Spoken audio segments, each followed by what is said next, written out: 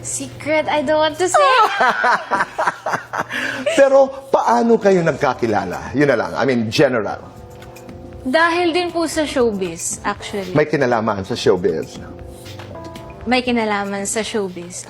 Pero one day, Jillian, you will introduce him to the public. Kung tatagal po ng gano'n, I hope. Kung tatagal. I hope tumagal ng gano'n. So, importante yung elemento na yon na kailangan magkasundo, magtagal. Pero nasa ang stage na ang inyong relasyon? Nasa ang stage na ang kanyang panliligaw?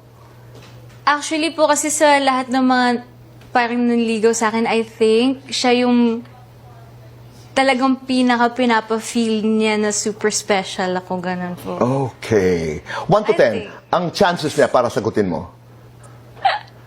Nanonood yun, for sure. Nanonood yan. Sigurado ako. So 1 to 10. Nanonood yan. Nasaan siya?